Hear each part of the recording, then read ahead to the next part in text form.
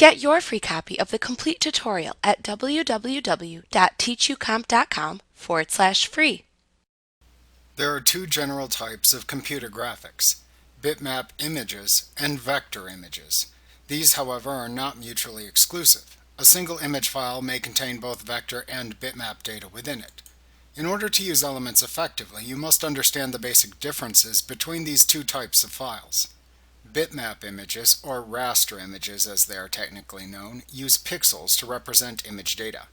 Each pixel in the image is assigned a color and position in the graphic. When you are working with bitmap images, you are editing the individual pixels that make up a larger image.